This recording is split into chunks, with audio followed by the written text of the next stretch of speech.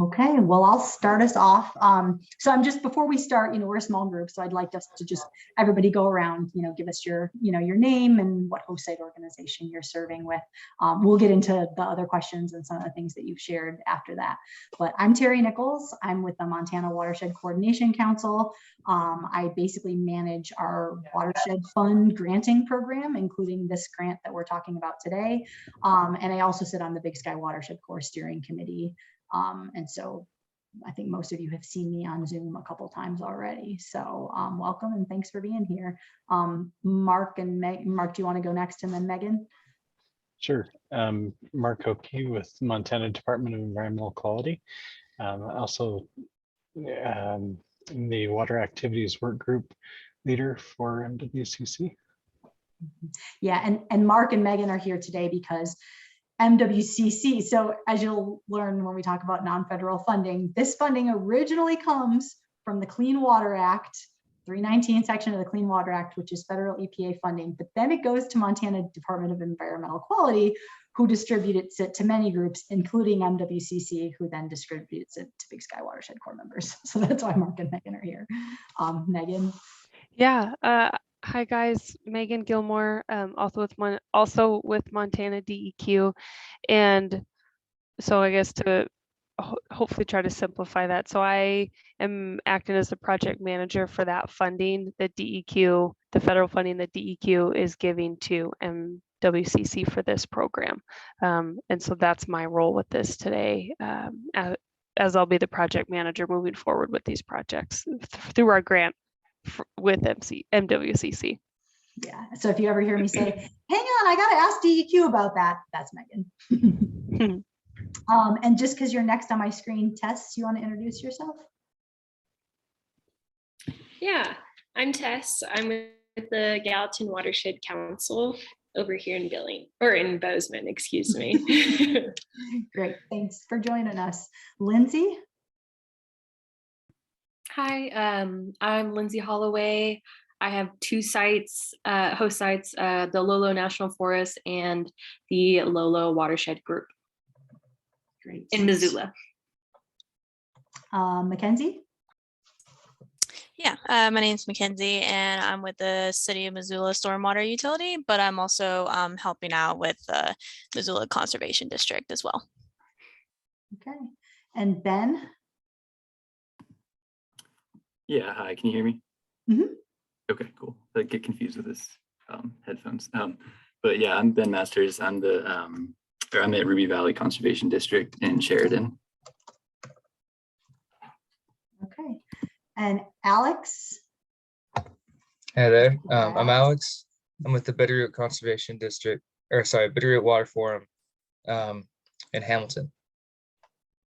Okay, Jessica?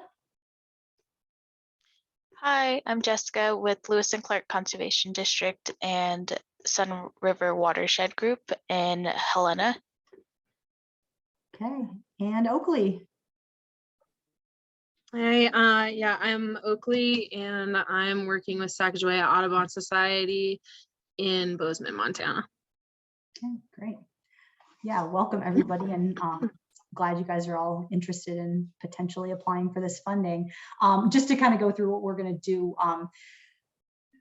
Oh, and also through this webinar and through this whole process, especially if you do end up applying and maybe get funding, just be thinking about how all this process, this is the first time we're doing a webinar like this before we have funding. So if you have any feedback on like, hey, do this, we'd like to know more about this, as your term goes on, definitely be thinking about that and let us know.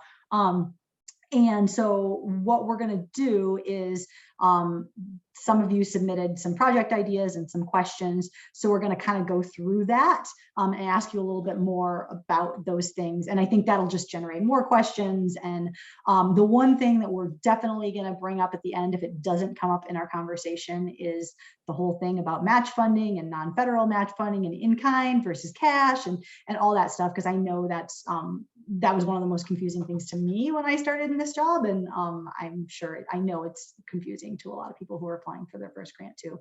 Just a quick show of hands. Has anyone ever applied for a grant before this? Any grants? Oh, okay, one. And I can't see Oakley and Jessica, but you can always do the raise hand thing in the But okay, so Alex has, so we've got one person. Great. So yeah, so we'll be sure to get to that. And then obviously just bring up, we're just going to keep this really casual. I have some screen things I can share with you guys if it comes up, showing your request proposals. And then did everybody, Ben, I think you may have signed up a little bit later, or I missed you because I sent out an email to everybody that had like a frequently asked questions document. Did you get that? No, yeah, I did sign up like just earlier today. Yeah, which is totally fine, but just I'll just have to remember to get you that too, because I just put together like it's kind of like the request for proposals, but in a different, like in question format. So that might be helpful to look at it that way. And so yeah, I am going to ask you questions about some of the questions that you submitted. And if you don't want to talk, that's perfectly okay, but it would be great to get your a little more information on these things. And Mark and Megan, did you want to say anything else to start us out, or should we just dive in? Okay. Nope, I think just roll through it. Yeah, okay. So I'm actually gonna ask Lindsay first, if you're okay with that, because you asked a really great question that I think is gonna get at where a lot of people are at with their projects right now. So I just want to frame this. You all have been here just a little over a month. I just sent this request for proposals out on Thursday of last week. Like, obviously you're still kind of formulating ideas, but you had this great question that says, what if your supervisors don't have all the details on deliverables for the project you're writing the grant for? And then you did mention that you're probably going to be doing something with large woody debris and upper low watershed group. But my question, I was hoping you could tell us a little bit more about that. Like, what details do you have? What details don't you have? What are you worried that you need that you don't have? It's funny that you throw it to me, because literally yesterday, my host supervisor changed my project completely. Mm-hmm. So I was going to be doing a re-veg project for the Lolo Watershed group in conjunction with the Lolo National Forest. The Lolo National Forest is doing a large woody debris project, and we were just going to do revegetation after like their excavation phase. And I spoke with like the hydrologists and the Adam at Clark Fork, and they didn't have a like timeline yet of their project, and my project would be going in after their project. So it was hard to fill it out. And now I'm doing a completely other project. So, but that is like context behind that question. Mm-hmm. Okay. So the new project, do you know much about that yet, or are you still finding things out? Yeah, it's still a re-veg project. It's just in a different location. It'll be partnered with Travelers Rest State Park. Okay. And I have a lot of information about that. And I think I'll be able to, because that's like the whole project. There's not like a excavate, it's like just stream restoration goals. I think that it'll be easier to plan out, and I'll be coming up with my own deliverables and stuff. But I still, like, I had written like half of the grant for the other project, and I've just now started redoing everything for this new project. So I don't have any specific questions about that project yet, but that was the context to the other one. Okay, great. Yeah, welcome to the nonprofit world. Things change. Does anybody else have for one thing, does everybody understand what deliverables are, or does anyone not understand what deliverables are? Okay, because I think that's one of the many terms that we throw around, but yeah, you might not always know. And so yeah, and does anybody else have like a similar situation or something where you're like thinking about a project and wondering what you might need and what you might not need at this point?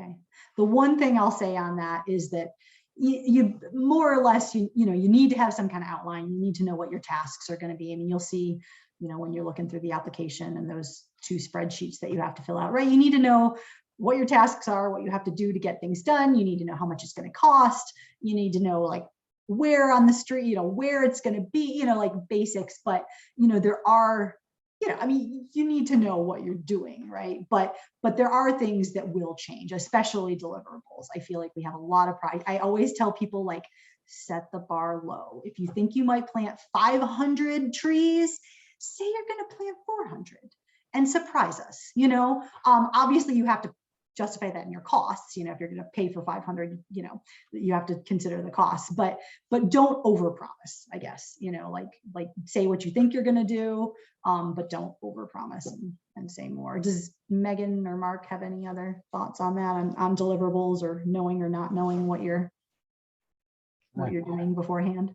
I think that I think the more, you know, the more clearly you can define the deliverables, the easier it is for a grant reviewer to say, yes, this is a great project.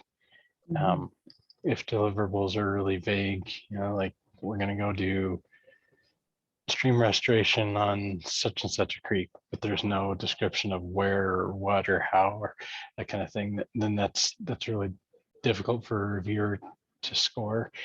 And if it's difficult for them to score, the score is going to be lower. Yep, exactly. Yeah, I would just say, to reiterate, just be as specific as you can, but we also recognize that this is a proposal stage and that things kind of happen on the fly sometimes. So we understand, yes, there, you know, is some wiggle room with that, but yeah, just a reminder, at proposal stage, be as specific as you can, but we know that things are gonna change once you're like doing the implementation stage of it. Yeah. And so I'm going to move on to another question that we had from Nell, who's with Gallatin Valley Land Trust, and she wasn't actually able to join us, but she did. She had a question about a project that turns out is not eligible. I don't think. I need to consult with Mark and Megan on this, but she was basically talking about creating a water trail, which would be like more of a, sounds like more of an educational outreach thing, where, you know, like, you've probably all heard of the boundary waters in Minnesota, where people you know, like, it's like you know, canoe or kayak a stretch of water, and she wants it to be this educational thing where people can come, you know, somewhere on the Gallatin and float a certain section. And you know, and my response was that it has to be, right, like the request for proposals, it has to be directly addressing non-point source pollution. It has to be doing something that's going to reduce or prevent non-point source pollution on one of those listed water bodies, which we can go over that if you need to. There's links to all of that in the request for proposals. But yeah, to me, it sounded like not a great fit, but her sort of more our overarching question was about, you know, more creative projects that we've accepted in the past. And to be honest, you know, I looked back the last 3 years of projects that we've, well, even just projects that we haven't approved, but everything that's come in, and they're pretty much all riparian revegetation. Sometimes some stuff with livestock, like livestock fencing and grazing management. And then becoming a little more common is the low-tech restoration, basically using beaver dam analogs and beaver mimicry things, has become more popular in the last year or two. But we really haven't seen much outside of that. And that doesn't mean that we don't accept things. I mean, if if your project fits the purpose and the goals of this funding, then absolutely go for that. But I think it's just those projects, you know, you have a short amount of time to get these things done and a small amount of money that we could potentially give you to get them done. And so I think those are just kind of the things that tend to fit, but that doesn't mean that another project idea wouldn't be valuable. Oakley? Yeah, I mean, I don't know if you're going to cover it later, but like kind of one of the things that I was struggling to figure out was whether or not, so a lot of what my projects are pertaining to is the Ingerland Audubon Wetland Preserve here in Bozeman. But I had a hard time telling whether or not that would qualify, because I just couldn't tell. I know it's off of the lower Gallatin and the East Gallatin, but I had a really hard time even looking at the map documents to kind of tell if that, I think it's technically listed as a drainage, that wetland is. So I don't know if it is under the under this grant one of the properties that I'm allowed to work on, or if it'd have to be off of something else, I guess. Yeah, you were Oakley. You were one of the questions I was going to get to, because I wanted to hear a little bit more about that, because I think this, to me, I have a thought on it, but this is a question for Mark and Megan, because they are the ones who know about those listed water bodies, right?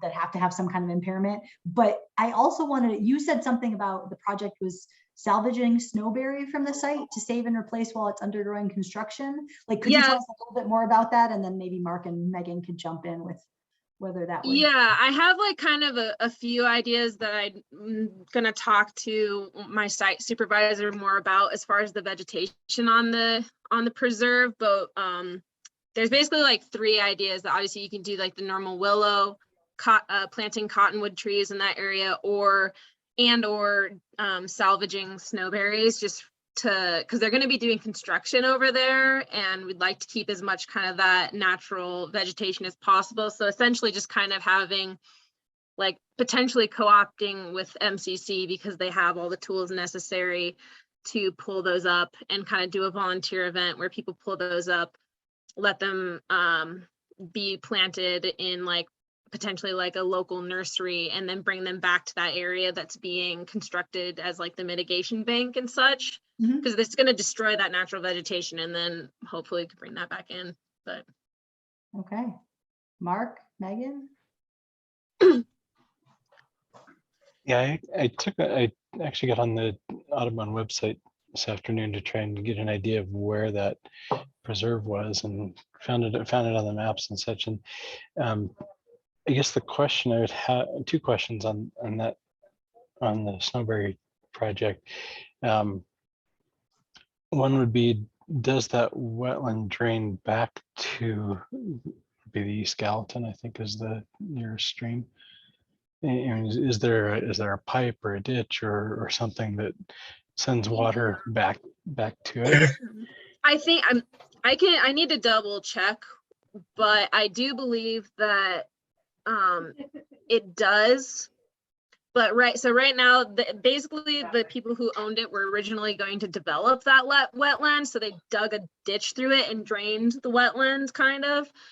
But the wetland will eventually have a ditch that drains back out to it and should go back to the East Gallatin. I believe that's in part of their plan, that they're going to develop something that brings the water low into the ground to cool it down before it comes out to the ditch on the other side of that berm that cuts through the wetland. And then that would eventually come back to the Gallatin, from my understanding. Yeah, if that can be demonstrated, that there's a hydrological connection between the two, then I wouldn't have. I say you could make the case that you're benefiting the the filtering capacity basically of that wetland to keep stuff out of the Gallatin. And the other thing that was that snowberry is typically it's not entirely a wetland species. It's more of an upland. I mean, you often find it in close association with riparian areas, but it's not really a species that is used a lot for filtering. It's not something typically that you're going to find right next to the stream. Right. It'll be up a little bit higher. So it will have some filtering capacity. Just, I mean, any vegetation that's going to take up nutrients is going to be a benefit. Yeah, I mean, I guess I saw, like, I do know that the snowberry is not going to be down really in the wetland. It'd be more along those berms, but I guess, like, I don't know, I guess if it would fill those parameters of the grant for being filtration then, because it is, I mean, from my perspective, if you're keeping something up and you're keeping the erosion down, then it's not eroding into the wetland. But true, and I think that's a reasonable argument to make. I think it's definitely. Maybe Megan can chime in, but I think that's a reasonable project. Yeah, I think just being able to demonstrate the connectivity, make a good argument for that, make it easy for the review team to say, yes, this totally makes sense, how it all connects, would make it stronger and less of a question mark for the review committee. Yeah, and I think what both Mark and Megan are getting at with that connectivity is something, I think it's right in the introduction to the request for proposals, but so your project needs to either be on and one of those impaired water bodies that are listed in the 2020 list that we link, or contributing to one. So like last year we funded in the Gallatin a project on Kelly Creek, which is not listed as impaired, but oh gosh, is it the East Gallatin that connects to, Mark? It's a tributary of, or maybe the main stem. East Gallatin or Rocky Creek, I'm not sure. Okay. But it's a tributary, right? And it's Yeah. custodian, and there were also some other additional benefits to that project too. So yeah, you need to show that it's benefiting an impaired water body. Gotcha. Yeah. Perfect. Yeah, thank you. That's helpful. Yeah. And we just got a question in the chat from Jessica, which I knew about this a little bit. I think Tracy reached out to me, but you were talking about thinking of doing a rain barrel workshop, using these funds to buy the barrels and assemble them at the event, create rain barrels for community members. And it's totally fine that your camera's not working. Happens. But yeah, so buying those rain barrels, having this event where people, create rain barrels at the event. And that definitely would be a less traditional sort of project. I think, Megan, I feel like I talked with one of you guys about this. Yeah, we had an email chain, I think, Yes. with Megan and Mark and Tracy. Yeah. And I think what we came to, well, I don't know, maybe I feel like maybe Mark or Megan should say what their thoughts were on that. Go ahead, Megan. I have to look back at that email to remember, to be perfectly honest. Yeah. But we did talk about it. Yeah, because what I remember is, right, so you're building rain barrels. You're obviously, the people who attend this workshop are not all on the edge of a creek. Maybe none of them are on the edge of a creek, and they're certainly not all on the edge of the same creek, and so those benefits of like keeping, reducing runoff and all the things that rain barrels might do. It's just going to be harder to link that to a direct like reduction or prevention of non-point source pollution in a particular impaired water body.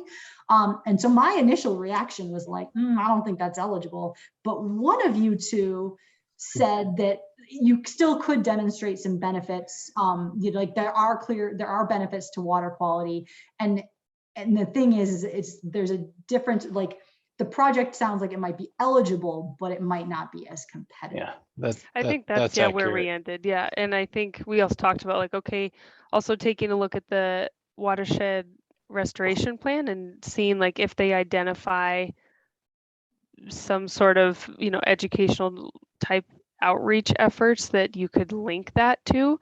And so that could, help strengthen it, but just that it's because it's not an on the ground effort to reduce non-point pollution, right? It may not score quite as well, but that you probably could argue that it meets the requirements. So it depends on how badly you want to do it. Yeah. Okay. And how strong, and like how strong of a case you can make. Like, can you hit all the, like, because that's the thing, on Thursday, when you guys are in education outreach training, we're going to have a funders panel. And that's one of the things that we talk about, like what makes a good grant proposal and one of those things is like, can you, there's the purpose of this funding, right? And then there are the goals and like, can you hit all of those? Are you like, oh yeah, this does what you want, you want this funding to do. So just really think about that. And it's definitely something that I struggle with the Watershed Fund, because I have people reach out to me all the time where I'm like, oh yeah, your project is eligible, but I just don't know that it's going to be as competitive. Like you might apply and you might not get funding, not because it's not a good project, but because there are 5 other projects that meet the grant requirements better than yours do. So it's just one of those choices you got to make. Along those lines, I noticed that Mackenzie, working possibly the Paddy Creek project. That's one that came into 319 for 319 funding this past go around, and it was one that we thought had some benefit, but it wasn't as competitive. I think in this setting, it would be a little more competitive. Part of what we were trying to do is trying to tie it back to the Bitterroot, which is ostensibly the downstream receiving water, and the conclusion we'd come to was that the impacts from Paddy Creek are pretty minimal by the time, pretty well masked by all the stormwater system that it has to go through before it gets the Bitterroot. Not to say that benefiting Paddy Creek itself wouldn't. I mean, there's certainly some great educational opportunities there, and some some very localized improvements in water quality that it was one that was not terribly competitive, but definitely still eligible. Mhm.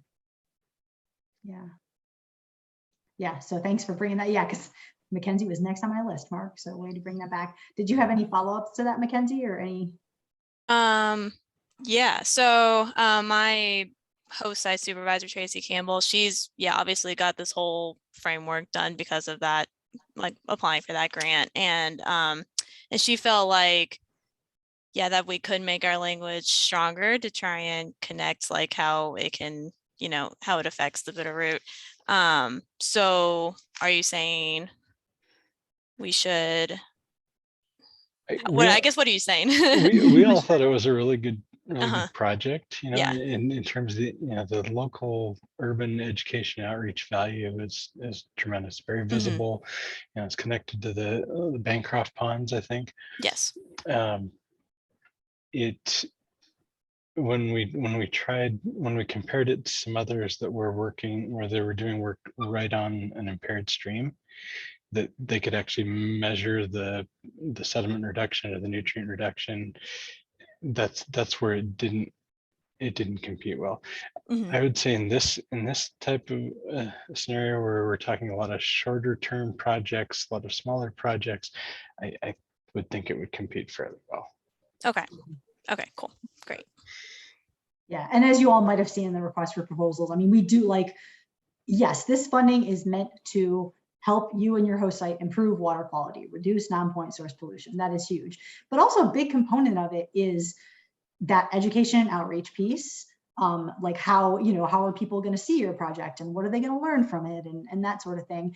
And also like, how are you helping your host site build the capacity to do more projects like this in the future, or educate more people so maybe more landowners are interested in doing this sort of project. And so we definitely, I mean, you all weigh those things in the larger 319 pool too, but I think for the Watershed Fund and for Big Sky Watershed Corps, it's just a really important aspect of it. So yeah.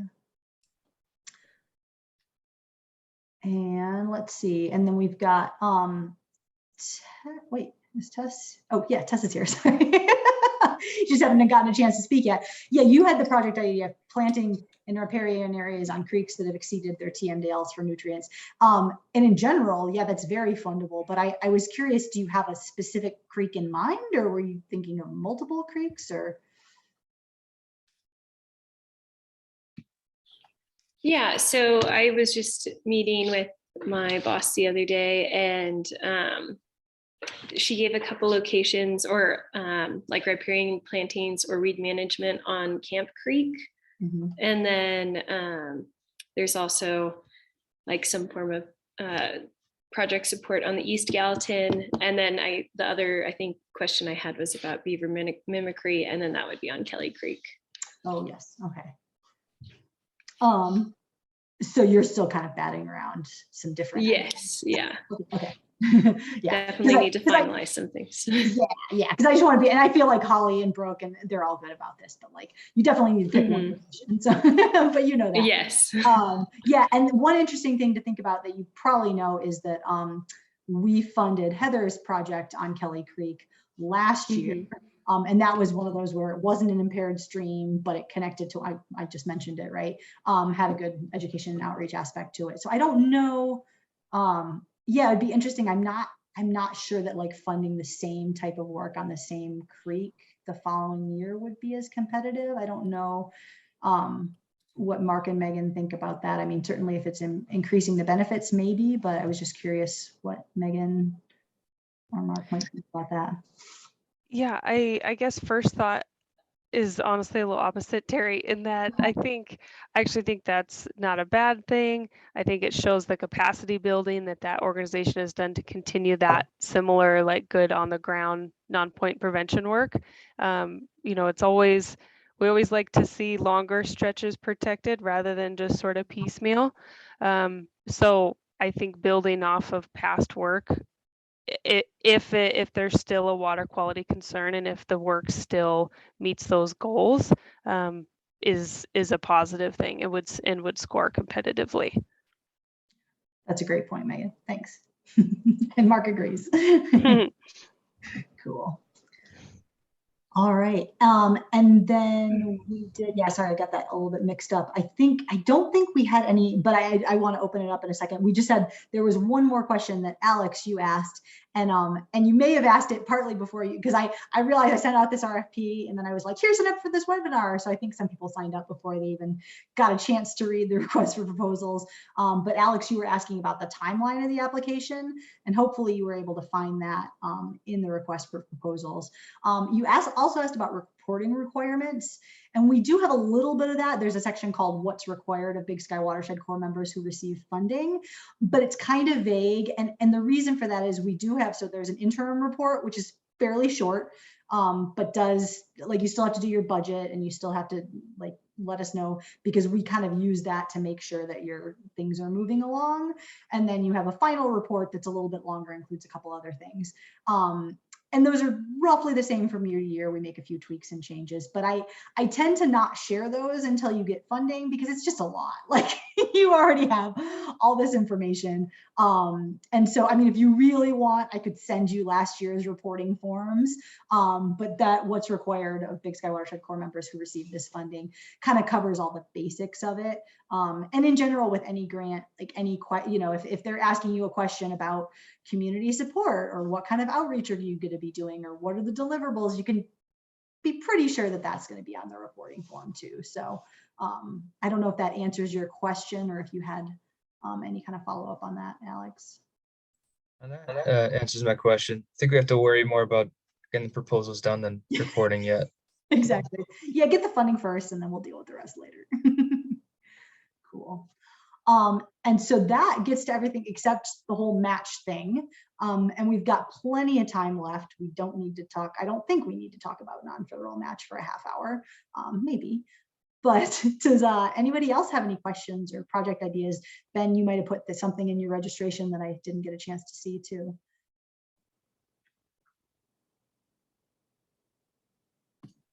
No, I don't think I have any specifics right now.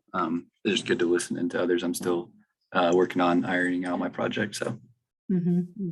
So this is all Was that somebody else talking in the background? I think so. Okay, not a question. Great. Yeah. It was actually a question that I had for the previous project I was going to do, but I thought it doesn't really apply to me anymore, but I thought it's still a valid question. Maybe someone else might need to know the answer. Whenever the sites of where I was going to be doing a re-veg project isn't accessible right now, or between now and when the grant is due, and there's like a section where you have to include photos. That doesn't apply to me anymore, but what do you do when you can't like take pictures of where you're going to be doing revegetation? Yeah, that's a really good question. And I think for Ben, like, I think we had that London, your predecessor in the Ruby, I think she had that same problem with California Creek last year, where they were like, we can't even get to the site right now. Never mind, take pictures. So the ideal would be that your host site has pictures from last year or something. If you don't, I might pitch that to Mark and Megan too, as more, you know, because it's like a more technical like it is nice to see. Maps help too, right? But yeah, what do you think, Megan? Yeah, I mean, anything that you can to give the review team a good idea. So aerial photos, doing some like Google Earth or GIS type work too, to show lack of riparian vegetation, or or whatever you're trying to show. Basically, just be as descriptive as you can on your map, and provide a narrative for as much as you know. And at that point, that's all you can do. And we understand that there's limitations to doing on the ground work. And yeah, just do the best you can, I think. Yeah, thanks for asking that question, even though it doesn't apply to you anymore, because maybe it applies to other people. So what I think I might do really quickly is pull up those 2 spreadsheets that you're required to submit. So there's that one that's like tasks, deliverables, timeline, and then there's the one that's the budget. And it may just be me, because I'm, in spite of being a grant manager, I am spreadsheets and numbers are, ooh, do I struggle. And I know that that's a place that a lot of members struggle too. Like, you might be numbers people, you might be like natural resource numbers people, but you might not be budgeting numbers people. And so I think I'm going to bring those up and we can go over those a little bit, because if and when you get a chance to look at that frequently asked questions document, that's something that I put in there, like, where should I start with all these things? And I personally, and again, Mark and Megan might have different ideas, but when I write a grant, because I also write grants, that's partly how we get this funding, was I wrote a grant to DEQ to get this funding. And when I write grants, I found that it's actually really helpful to start with my tasks and my budget, because that is this outline, right? And I have to know that I can pay for it. And I have to know that, like, the steps to getting it done. And then once I have that, that really helps me with the narrative and everything. And also it's just an area that I find, especially the budget, that people struggle with. And so unless Mark and Megan have any thoughts on that, or even if you do, while I'm bringing this up, I'm gonna screen share here for a minute.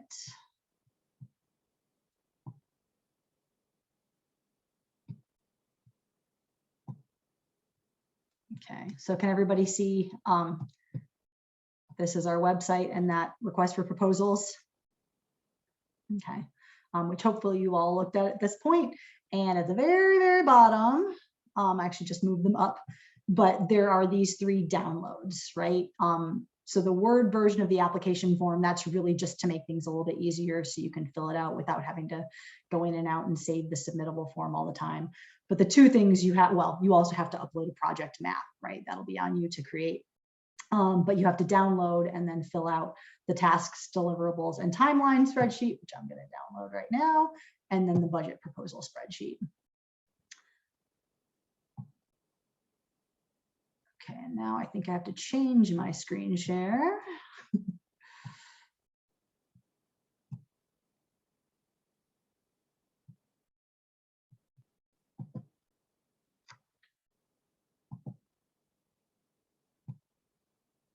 Okay, so when you open this, it should go right to the instructions. And if it doesn't, go to the instructions. But you'll see there are, I can't remember, 6 or 7 tasks in here. You might not have that many tasks, so you don't need to fill them out. You might only have 2. You might only have 3. Just fill out what you have. And you definitely are going to want to use the same task names for this spreadsheet as you use in your budget. And a lot of grants actually require you to also. Terry? Oh, yeah. The spreadsheet shows up as this little tiny, I can see columns, half of D and part of E and F. All right. Oops, sorry, I didn't mean to stop share. Let me try this again. Thanks. Okay, I wonder if that's. There you go. Oh, is it better now? Yep. Oh, okay, that's all it took. All right. Yeah, you'll find a lot of grants ask for the activities under each task too. It just, we don't need that much. That's going to be more in your project description. But we don't need to know, like, we need to know that you're going to, install 5 to 7 beaver dam analogs, but we don't need to know that you're going to cut the wood for it and that you're going to, yeah, we need to know your tasks, but we don't need a ton of detail.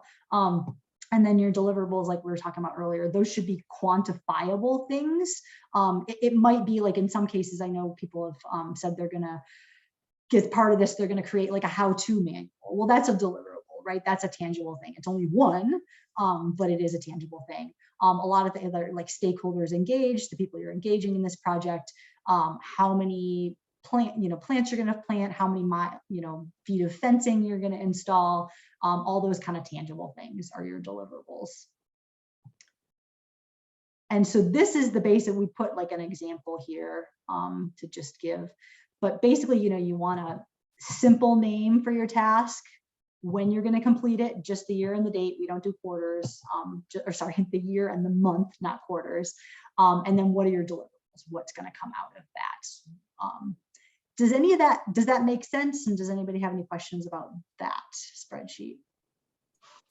I have a question. That makes sense. And like, so for like the Paddy Creek project, when like before, like when we were applying for it, you know, it was based on a much larger grant amount. And so this is going to be smaller. And I guess just like, I know my, like Tracy and like my group here will help me figure this out too. But I guess just for my reference, like how I'm supposed to like, and this goes along with the budget number too, like how am I supposed to scale that down, like for this amount of funding? So I mean, am I asking that right? Oh yeah, no, Okay. definitely. Right. Because I don't know how much 319 funding Tracy applied for. Right, and it was I'm sure a it was lot. more than $7,000.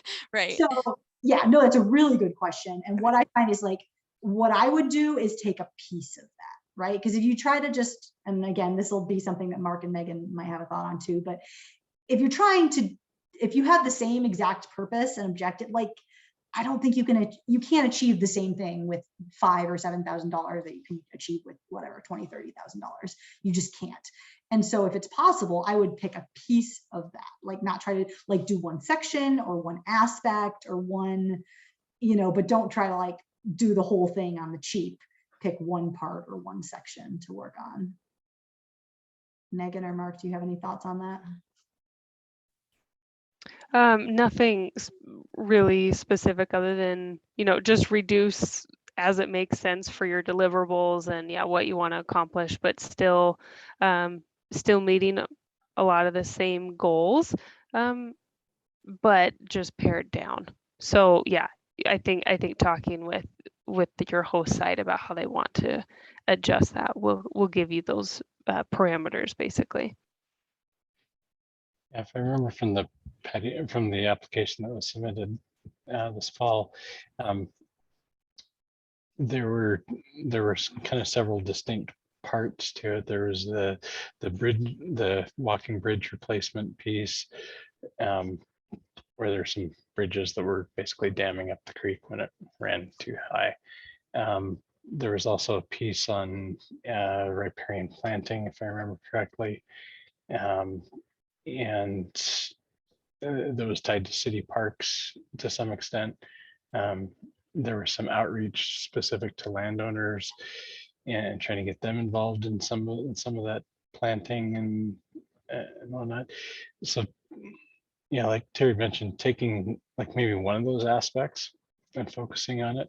You know, what's the next logical step, I guess, in the process of restoring the creek. That's good solid advice there. Yeah. Thank you. Yeah, and just one thing I mentioned, because I started talking about the $7,000 limit and everything. There were, I think, 10 members who signed up for this webinar, and that doesn't mean that 2 of them turned out they're not eligible, right? Because they don't have a watershed restoration plan that's been accepted by DEQ. But there are, you know, a number of you applying for this funding, and we've only got a little bit over $26,000. So obviously, apply for what you need, but I mean, we have a lot of projects that come in, like usually $7,000-8,000 is because we've offered more money in the past when we've had a little bit more money to offer. And that's usually where they fall. But we've had a lot of projects that are, you know, more in that like $3,000, $4,000, $5,000 range. So, you know, really think about, we don't like to give partial funding. But yeah, and so definitely don't, you know, do not reduce the scope of your project to make it cheaper or anything like that. But really think about what you actually need to carry out your project. You know, what other in-kind services or other funding that we're about to talk about.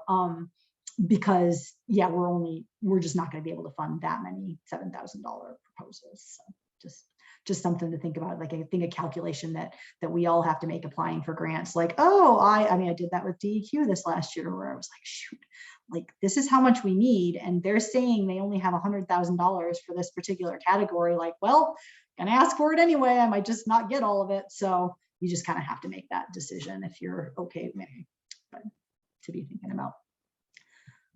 And now I'm gonna reshare here and show this budget spreadsheet.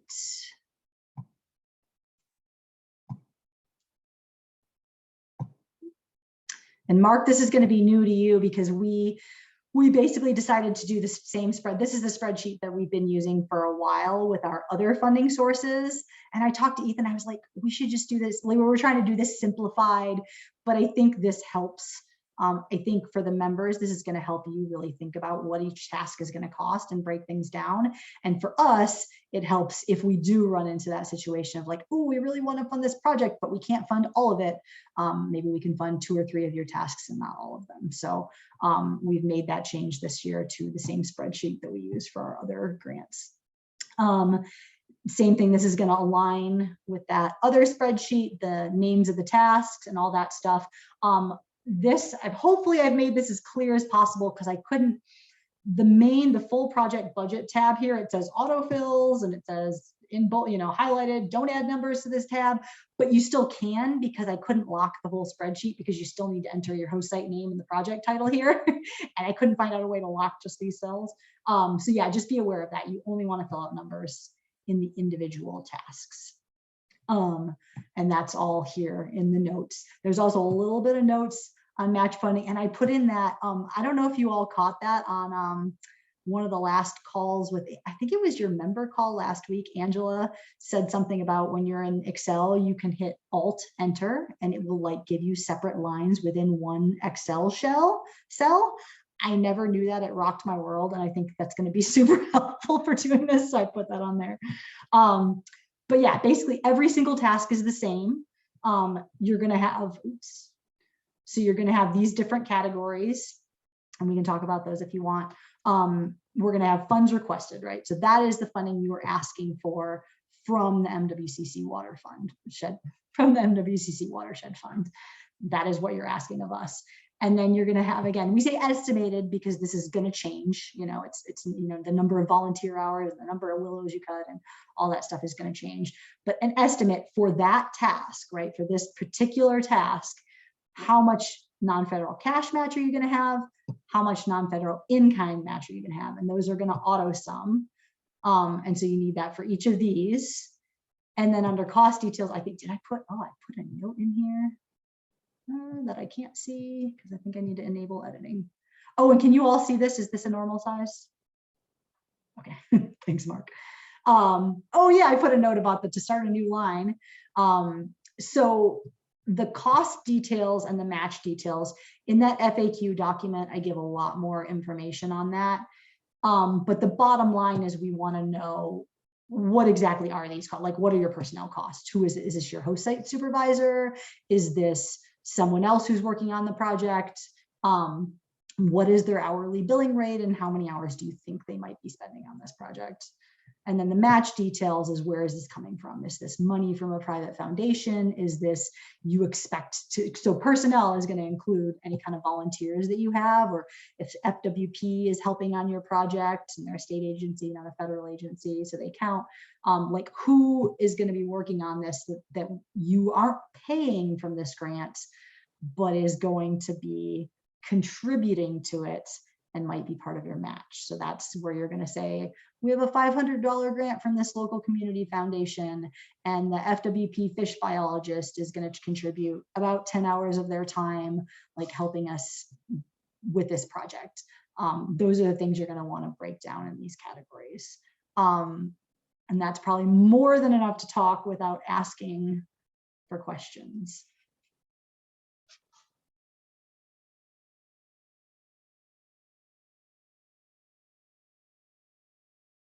All right, everybody's got it. Everybody knows. Everyone's budgets are going to be perfect. Okay, and obviously, I'll stop my share here.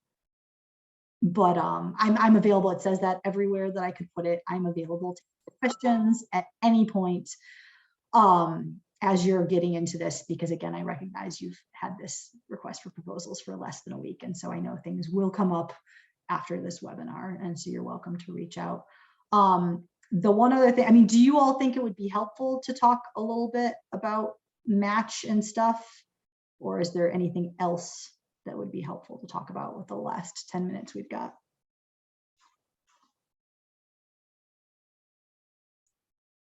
I think the match stuff would be helpful for me.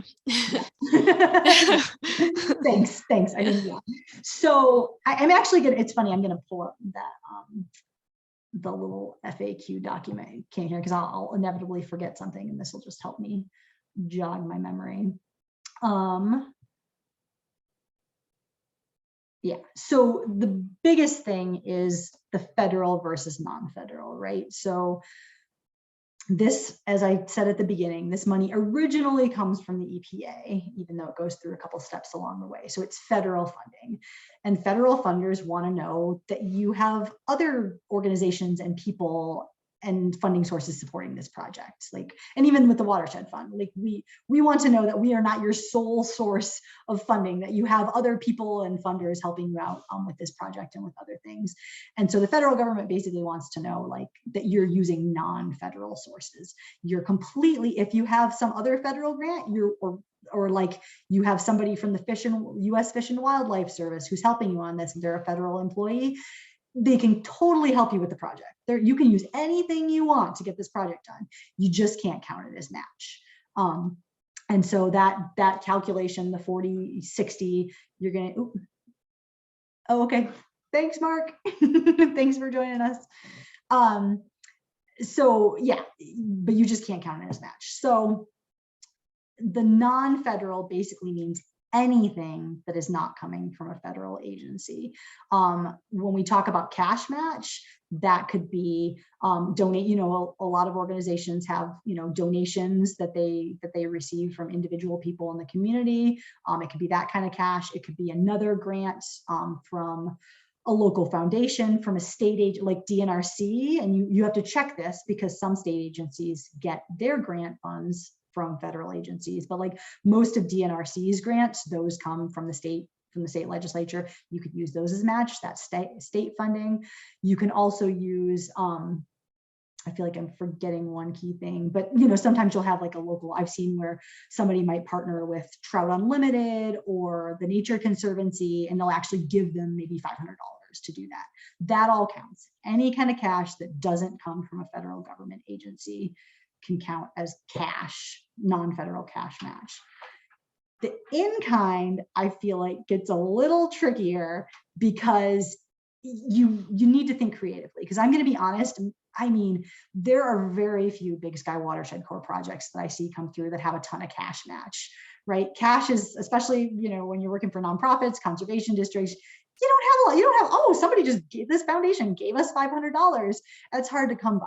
But what you have a lot of is resources within your community. And that's volunteers, people who are volunteering their time, not just the people planting the willows, but like I use that example of an FWP biologist or somebody from Fish Wildlife. Maybe, you know, maybe you're working on a project at a state park and that's run by the state. And so whoever manages that state park is helping you out and contributing to the process, maybe even volunteering for you. That person's time counts, right? Because they don't work for a federal agency. Maybe you have a tribal partner, somebody who works, you know, who's with the Blackfeet Nation or Confederated Salish and Kootenai tribes, who's like has a vested interest in this stream and they're helping out. Their time counts. They're not federal. So all those people, a lot of other things that will count as non-federal in-kind match is like, say you have a volunteer work day and a local business donates pizza or food of some other kind. You have some local shop that does your, you know, you print up some brochures to like do outreach on this project or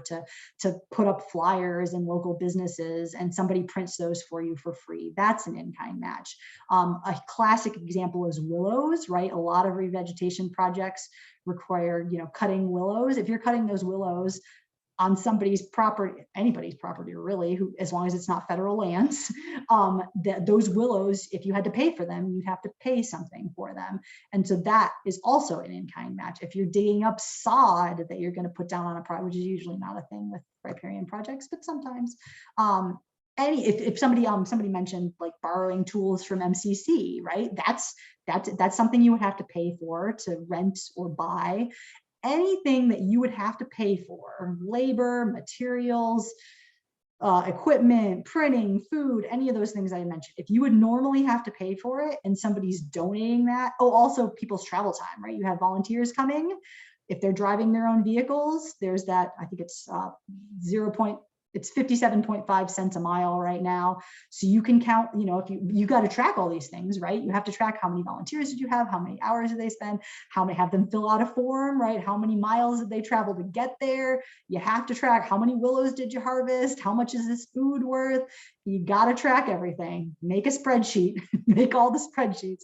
But if you can track that, then that's in-kind match. That's what that means, is like something you normally would have paid for, but someone is donating, and that doesn't come from a federal government agency. Megan, do you have anything to add to that, or is there anything I missed? I don't. I think you covered it. I mean, yeah, it's super broad. There's always questions about in-kind match as you go along, and I think that's to be expected. So shoot him Terry's way. She knows. But yeah, get creative with it, because it really can be just about anything. And that's in-kind match is kind of what makes all of these happen. So yeah. And there is a little more information on that and some other related in that FAQ document. So be sure to check that out. Yeah. So it's like, do the best you can in the proposal budget, knowing that like that'll get more, you'll be able to provide the specifics during the reporting period, because you know, things come up as you go along. So just do the best you can. All right. Last chance for questions, comments.